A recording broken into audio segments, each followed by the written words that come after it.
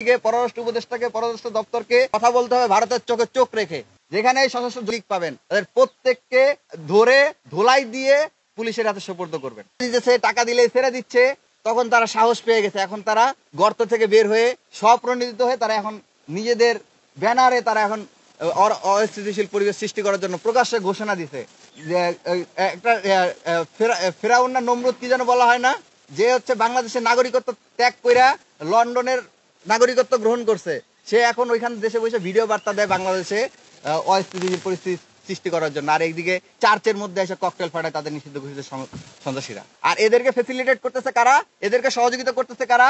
ওই যে শুরুতে বলছিলাম পুলিশ লীগের কারো বিচার হয় নাই, পুলিশ লীগ, র্যাব লীগ, এদের মধ্যে তাদের যে দলীয় যে অফিসাররা আছে তারা তাদেরকে সুবিধা করে দিচ্ছে, তাদের বিরুদ্ধে কোনো ব্যবস্থা গ্রহণ করছে না। আপনারা আগে দেখতেন না, যদি বিএনপি জামাত এই ফেসিবাদী আচরণের বিরুদ্ধে একটা মিছিল করতো, তাহলে একদিনের ভিতরে, 1 ঘন্টার ভিতরে, 2 ঘন্টার ভিতরে তাদের সার্চ করে খুঁজে বের করতো না?